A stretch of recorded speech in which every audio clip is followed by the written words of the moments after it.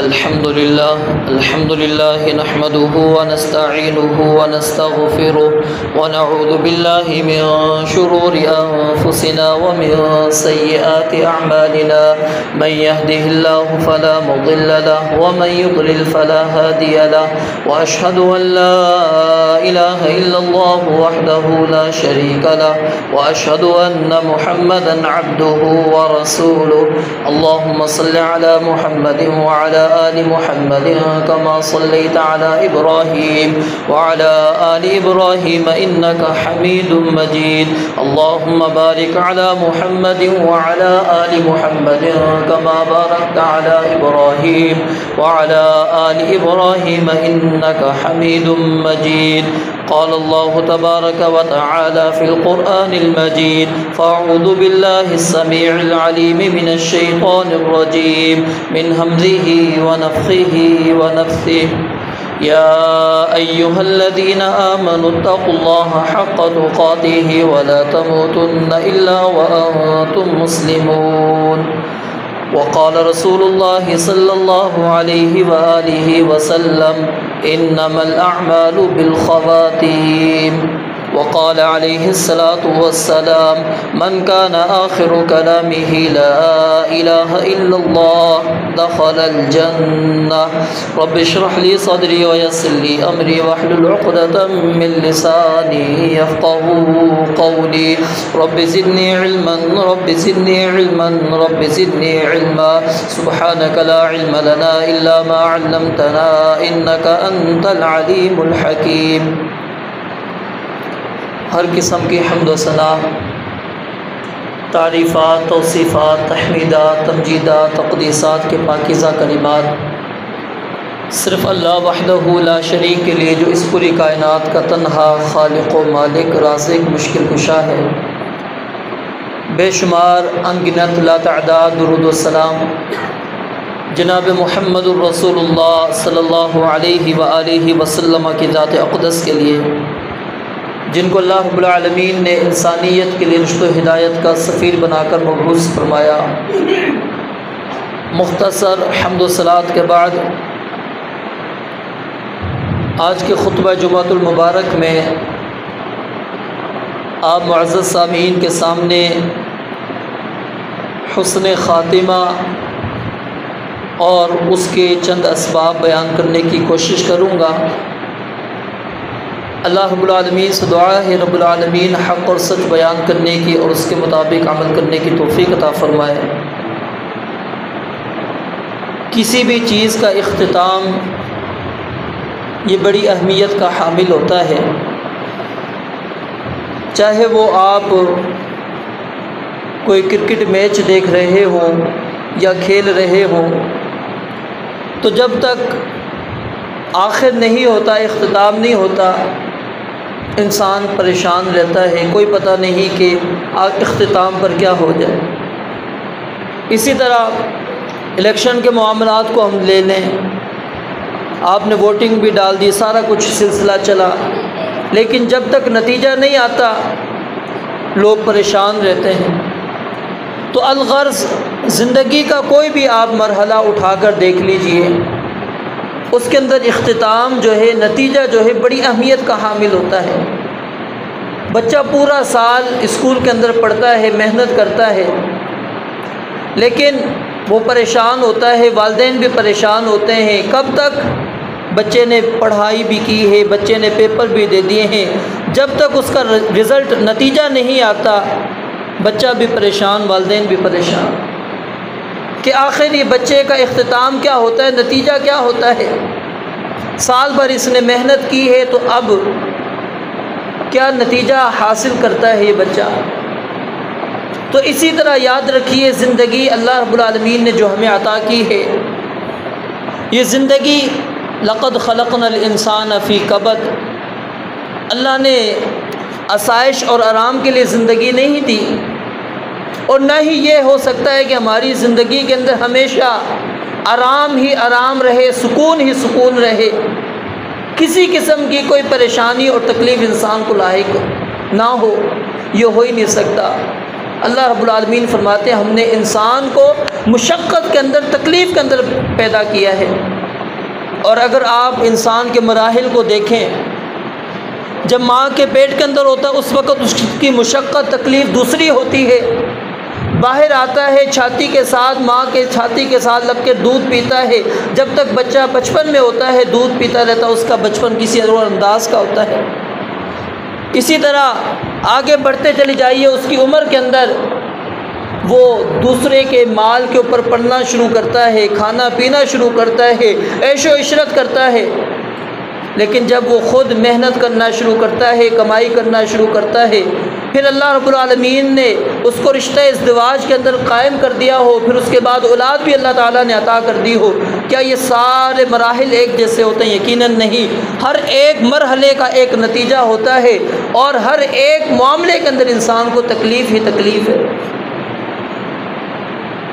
تو حسن خاتمہ یعنی انسان کا اختتام، جب انسان اس دنیا سے جائے، اللہ اور اس کے رسول علیہ السلام کو جو مطلوب ہے وہ کیا ہے کہ انسان جب اس دنیا سے جائے تو اس کا اختتام اچھا ہونا چاہیے،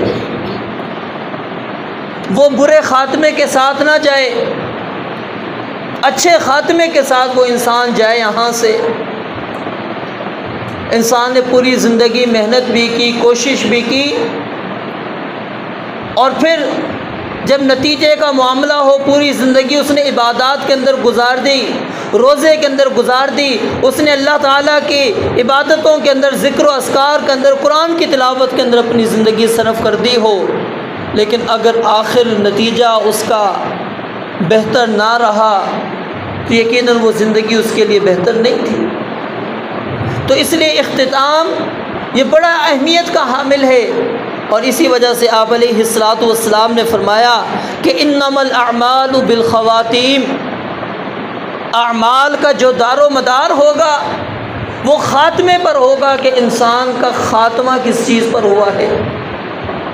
انسان جب اس دنیا سے رخصت ہوا ہے وہ کس حالت میں تھا؟ کیا سوء خاتمہ ہوا ہے اس کا یا حسن خاتمہ ہوا ہے؟ اچھا اختتام ہوا ہے یا برا اختتام کر کے انسان یہاں دنیا سے گیا ہے؟ اور پھر نبی علیہ السلام نے ہمارے سامنے یہ روایت بھی آپ نے کئی مرتبہ سنی ہوگی، آپ علیہ السلام نے فرمایا، دونوں بندوں کا تذکرہ کیا۔ آپ نے فرمایا کہ ایک انسان وہ ہوتا ہے جو پوری زندگی جہنمیوں والے اعمال کرتا ہے، جہنم میں لے جانے والے اعمال پوری زندگی وہ انسان سر انجام دیتا رہتا ہے، حتیٰ کہ اس بندے اور جہنم کے درمیان ایک ذراع، یہ یہاں سے لے کر یہاں تک ایک ہاتھ جس کو آپ کہہ لیں، یہ صرف ایک ہاتھ باقی رہ جاتا ہے۔ اور ایک روایت کے اندر ایک بالشت کا بھی ذکر ہے کہ اتنا فاصلہ بس انسان کے اور جہنم کے درمیان میں رہ جاتا ہے۔ اور پھر کیا ہوتا ہے؟ فَيَسْبِقُ عَلَيْهِ الْكِتَابُ، اللہ رب العالمین نے جب ماں کے پیٹ کے اندر ہم ہیں، یاد رکھیں اس وقت ہی اللہ تعالیٰ نے لکھ دیا تھا شقی او سعید، کہ یہ انسان بدبخت ہوگا یا نیک بخت ہوگا، اس کا اختتام اچھا ہوگا یا برا ہوگا، وہ لکھا ہوا تھا۔ فَيَسْبِقُ عَلَيْهِ الْكِتَابُ، اس بندے کے اوپر وہ لکھا ہوا سبقت کر جاتا ہے۔ اللہ رب العالمین نے اس کے متعلق لکھا ہوا تھا کہ یہ اہل جنت میں سے ہے، جنتیوں میں سے ہے۔ پھر کیا ہوتا ہے؟ اس کے بعد وہ جنتیوں والے عمل کرنا شروع کر دیتا ہے اور اللہ رب العالمین اس کو جنت کے اندر داخل کر دیتا ہے۔ اسی طرح آپ نے فرمایا وہ انسان جو پوری زندگی اللہ کی عبادت کے اندر صرف کرتا ہے، نیکیوں کے اندر اپنی پوری زندگی کوئی گناہ نہیں کرتا، کوئی نافرمانی نہیں کرتا، نماز کا بھی پابند ہے، روزے کا بھی پابند ہے، زکوٰۃ بھی ادا کر رہا ہے، اللہ نے مال کی وسعت دی ہے، حج اور عمرے بھی کر رہا ہے، ساری عبادات وہ انسان کرتا رہتا ہے، اور اس بندے کے درمیان اور جنت کے درمیان صرف ایک ہاتھ کا فاصلہ رہ جاتا ہے، اور پھر اس بندے کے اوپر بھی کتاب سبقت لے جاتی ہے، اور پھر اس کے بعد انسان جہنمیوں والے اعمال کرنا شروع کر دیتا ہے۔ اور پھر کیا ہوتا ہے اس جہنمیوں والے عمل کرتے کرتے وہ انسان کا اختتام ہوتا ہے، وہ جہنم کے اندر داخل ہو جاتا ہے۔ اسی طرح ایک معروف واقعہ ہے، ایک مصنف ہیں، انہوں نے اپنے والد کے حوالے سے یہ واقعہ نقل کیا ہے کہ ان کے والد نے ان کو کئی مرتبہ یہ واقعہ سنایا تھا۔ کہتے ہیں ایک شخص تھا، بڑا ہی پابند تھا نماز کا، روزے کا، صدقے خیرات کا، ہر نیکی کے کام کے اندر وہ انسان سبقت لے کر جایا کرتا تھا، آگے بڑھ چڑھ کر حصہ لیتا تھا۔ لیکن کہتے ہیں جب اس کا اختتام کا وقت آیا، قرآن کے ساتھ بھی بڑی محبت تھی اس کی، ایک شخص قرآن لے کر آتا ہے اس کے سامنے، تو کیا کہتا اپنی زبان سے کہ یہ جھوٹا قرآن ہے، نعوذ باللہ۔ اور کہتے ہیں 3 مرتبہ اس نے یہ جملہ کہا، یہ جھوٹا ہے، یہ جھوٹا ہے، یہ جھوٹا ہے، اور اسی پر اس کی روح قبض ہو جاتی ہے۔ اب بتائیے کیا اس کی نماز، اس کا روزہ، اس کا صدقہ، اس کے خیرات، اس کی سبقتیں کوئی کام آ سکتی ہیں اس کے؟ کبھی بھی نہیں، کیونکہ اب وہ آخر کے اندر کیا ہے، شریعت اسلامیہ کا انکار کر کے اس دنیا سے گیا۔ سیدنا یوسف علیہ السلام کی اللہ تعالیٰ نے دعا قرآن کریم کے اندر ذکر کی ہے، کیا ہے؟ توفنی مسلمہ، کہ اللہ مجھے جب تو فوت کرے تو اسلام کی حالت میں فوت کرنا۔ یہ دعا کر رہے ہیں، نبی ہیں، اللہ کے برگزیدہ ہیں، اللہ کے چنے ہوئے ہیں، لیکن ان کو اپنے اختتام کی فکر ہے، آخر کی فکر ہے کہ کہیں ایسا نہ ہو کہ آخر وقت کے اندر میں اسلام کی حالت میں نہ رہوں۔ توفنی مسلما والحقنی بالصالحین، کہ اللہ جب تو مجھے موت دے تو اسلام کی حالت پر موت دینا اور مجھے نیک لوگوں کے اندر شامل کرنا۔ نبی مکرم علیہ السلام کی دعا کو بھی دیکھ لیجئے، سیدہ عائشہ بیان فرماتی ہیں اکثر آپ یہ کلمات پڑھتے تھے، یا مقلب القلوب ثبت قلبی علی دینک، اے دلوں کے پھیرنے والی ذات میرے دل کو دین کے اوپر، اسلام کے اوپر جما کے رکھنا، ایسا نہ ہو کہ یہ کہیں ڈگمگا جائے اور میرا اختتام غلط ہو جائے۔ یہ اللہ تعالیٰ نے ہمارے لیے در حقیقت مثالیں پیش کی ہیں انبیاء کرام علیہم السلام کی، جن کا سوء خاتمہ نہیں ہو سکتا، حسن خاتمہ ہی ہے۔ وہ اللہ کے برگزیدہ ہیں، اللہ کے چنے ہوئے ہیں۔ کائنات میں قیامت تک آنے والے جتنے بھی افراد ہیں ان میں سب سے بہتر ہیں وہ، جبھی تو اللہ تعالیٰ نے ان کو انبیاء اور رسل بنایا۔ لیکن ان کی فکر دیکھیے، فکر کیا لاحق ہے؟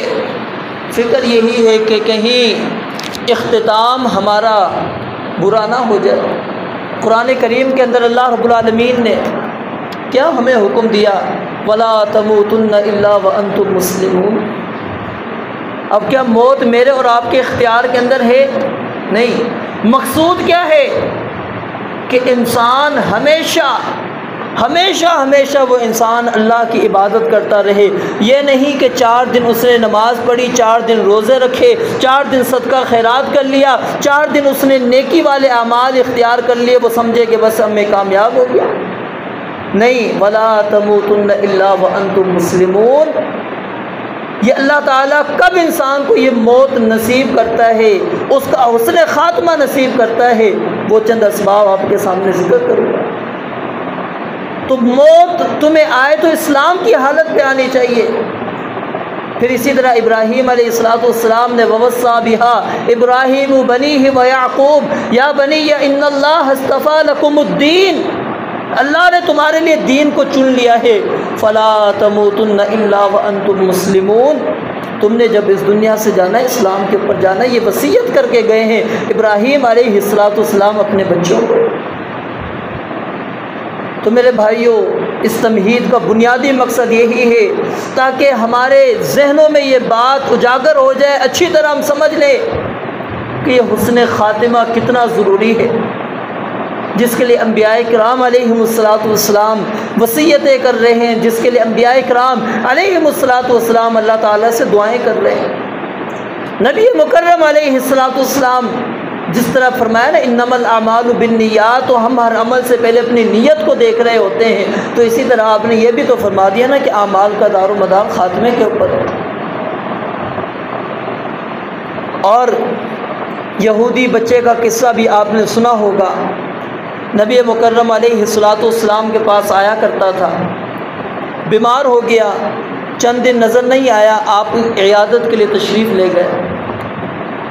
عیادت کے لیے تشریف لے گئے تو باپ بھی ساتھ بیٹھا ہوا تھا، باپ مشرک ہے، یہودی ہے۔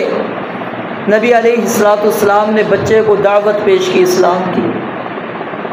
اب بیٹے نے اپنے باپ کی طرف نظر اٹھا کر دیکھا کہ نبی علیہ الصلوۃ والسلام اسلام کی طرف دعوت دے رہے ہیں، ہم تو یہودی ہیں، باپ میرا یہودی ہے، کیا کروں؟ کہا اطیع ابا القاسم، ابو القاسم کی بات مان لو، جو دعوت تمہیں دے رہے ہیں وہ دعوت کو قبول کر لو۔ بچے نے اسی وقت کلمہ پڑھا اور اس کی روح قبض ہو جاتی ہے۔ نبی علیہ الصلوۃ والسلام کیا کہتے ہیں؟ الحمدللہ الذی انقذہ من النار، کہ اس رب العالمین کا شکر ہے جس رب نے اس کو آج جہنم کی آگ سے بچا لیا۔ یعنی اختتام دیکھیے، صرف کلمہ پڑھا ہے، کوئی عمل نہیں، نہ نماز ہے، نہ روزہ ہے، نہ زکوٰۃ ہے، نہ حج، کچھ بھی نہیں ہے، لیکن اس بندے کا اختتام، اس بچے کا اختتام بہتر۔ آپ نے کیا فرمایا؟ الحمدللہ الذی انقذہ من النار۔ تو یہ اختتام بڑی اہمیت کا حامل ہے، اور اللہ تعالیٰ سے ہمیشہ حسن خاتمہ کی دعا کرتے رہا کریں۔ جب ہم میت کے لیے دعا کرتے ہیں اس کے اندر کیا دعا کرتے ہیں؟ اللہم من احییتہ منا فاحیہ علی الاسلام، کہ اللہ تو جس کو ہم میں سے زندہ رکھے اسلام پر زندہ رکھنا۔ ومن توفیتہ منا فتوفہ علی الایمان، اور جب تو ہمیں فوت کرے تو ایمان کے اوپر فوت کرے۔ یہ بندہ دعا کر رہا ہے، ہم جنازہ پڑھ رہے ہیں، دعا کر رہے ہیں، اپنے لیے مانگ رہے ہیں کہ اللہ ہمیں زندگی دے اسلام والی، اور جب موت دے تو ایمان والی۔ تو پہلا سبب اگر ہم اختیار کرتے ہیں تو اللہ رب العالمین سے امید ہے کہ اللہ رب العالمین انسان کا خاتمہ اچھا کریں گے، نتیجہ اس کا اچھا نکلے گا۔ ایمان اور اخلاص یہ بنیاد ہے، سب سے پہلی چیز، اور ایمان کے اندر اخلاص ہونا چاہیے۔ یہ نہیں کہ زبان سے تو آپ لا الہ الا اللہ پڑھ رہے ہیں، لیکن معبود آپ نے رب کے سوا دوسرے بھی بنا رکھے ہیں، رب کے سوا حاجت روا بھی بنا رکھے ہیں، رب کے سوا مشکل کشا بھی بنا رکھے ہیں، رب کے سوا جھکنے کے لیے اور در بھی آپ نے بنا رکھے ہیں، چھوٹی مصیبت بڑی مصیبتوں کے لیے آپ نے اور بھی بنا رکھے ہیں۔ نہیں، یہ ایمان کے اندر اخلاص نہیں ہے، یہ کلمے کے اندر اخلاص نہیں ہے۔ زبان کے سچے ہو، جب کلمہ پڑھا ہے آپ نے اقرار کیا ہے اشہد ان لا الہ الا اللہ، میں گواہی دیتا ہوں کہ اللہ کے سوا کوئی معبود نہیں، آپ اپنی پوری زندگی کو اب ثابت بھی کریں کہ رکوع کرنا ہے تو میں نے رب کے سامنے ہی کرنا ہے، سجدہ کرنا ہے رب کے سامنے کرنا ہے، حالات جتنے بھی مشکل آ جائیں، جتنے بھی لوگ مجھے کہیں کہ تمہاری بیماری کا حل فلاں جگہ سے مل سکتا ہے، فلاں کے پاس چلے جائیں، فلاں دربار پہ چلے جائیں، فلاں یہ کام کر لیں، آپ بالکل ڈگمگائیں نہ، آپ اسی کے اوپر ثابت قدم رہیں۔ یہ ایمان کے اندر اخلاص ہے۔ آج مسلمان تو ہیں ہم، حقیقت ہے، لیکن ہمارے ایمان کے اندر، اسلام کے اندر اخلاص نہیں ہے۔